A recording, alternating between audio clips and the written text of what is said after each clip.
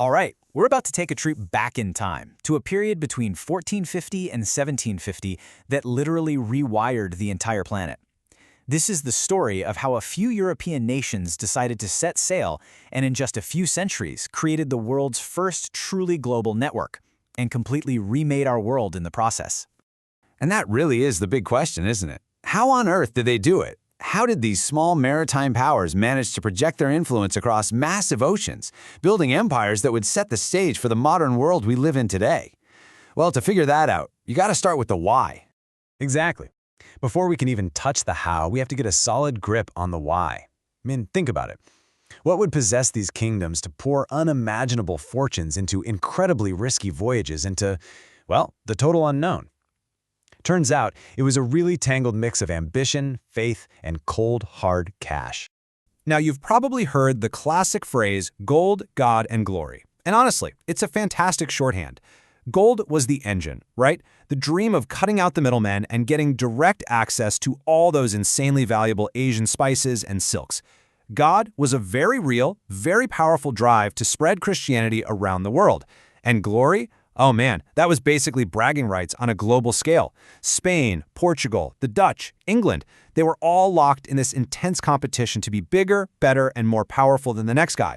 But here's something that's absolutely key to understand. Not all empires were built the same way. It wasn't a one-size-fits-all kind of deal. Each European power had its own unique playbook, its own strategy for how to build an empire. And that was shaped by their goals and, of course, where in the world they ended up.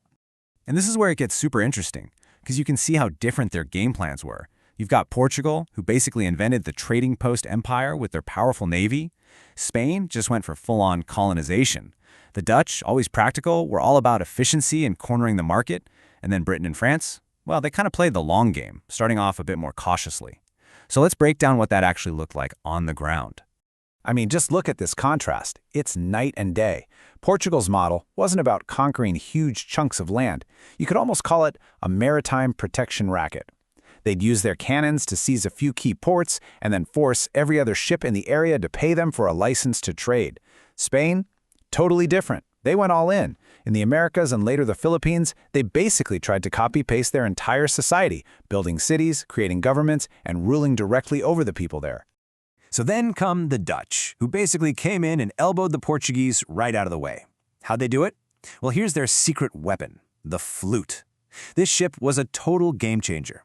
It was designed for one thing and one thing only, hauling cargo efficiently. It was cheaper to build, you needed fewer sailors to run it, and it could hold way more stuff. That economic advantage, plus a healthy dose of military force, let them hijack the whole spice trade. So what about Britain and France? Well, they showed up to the party in Asia a little late. And when they did, they ran smack into a brick wall. And that wall was the massive, powerful, and very well-established Mughal Empire in India. See, at this point, the Europeans just didn't have the muscle to take on an empire like that inland. So their only real option was to stick to the coast and set up small trading posts, little seeds that would, much, much later, grow into something very different. Okay, it is so important to remember that this is not just a story about Europeans doing things. It's just as much a story about how the rest of the world reacted. The people and societies across Asia and Africa were not just passively watching this happen. No way. They pushed back, they adapted, they played the game to their own advantage. A great example is in East Asia. You had these two massive powers, Ming China and Tokugawa Japan, who both basically decided to slam the door shut. China was all about internal stability, and they got really suspicious of these foreigners, so they severely limited trade. Japan's rulers, on the other hand, were terrified that Christianity would divide their country and cause chaos, so they kicked out the missionaries and cut off nearly all contact.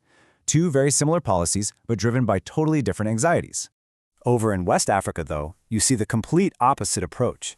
Powerful states like the Asante Empire didn't shut the door. They opened it and started negotiating. They strategically traded things like gold and, tragically, other people in exchange for European firearms. And at first, this made them incredibly powerful. It helped them build a huge army, a strong state, and resist being colonized for a very long time. But playing that game was incredibly dangerous, and the Kingdom of the Congo is just a heartbreaking cautionary tale. It started out as a real partnership. The king converted to Christianity, they had strong ties with Portugal, it was an alliance. But then, the Portuguese demand for enslaved labor for their plantations in Brazil just exploded. and the relationship twisted into something ugly and exploitative. This insatiable demand for people fueled horrific civil wars and, in the end, literally tore the kingdom apart.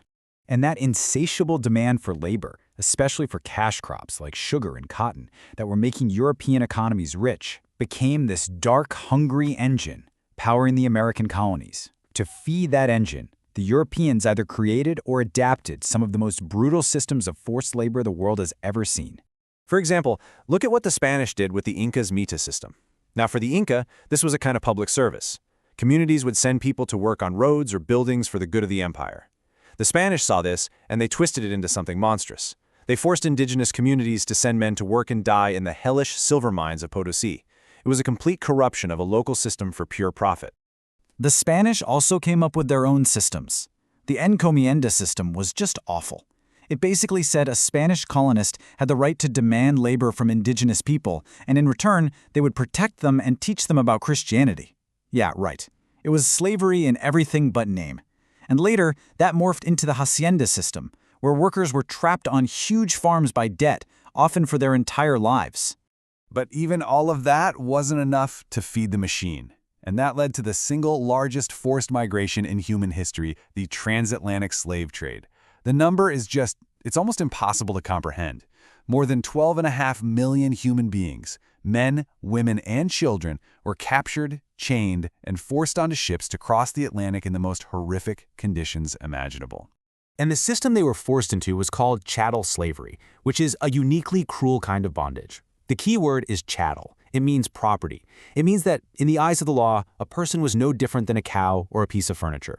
And what made it so devastating was that this wasn't temporary. It was permanent, it was inherited by your children, and it was all justified by a brand new and deeply toxic ideology of race, invented specifically to excuse its unbelievable cruelty.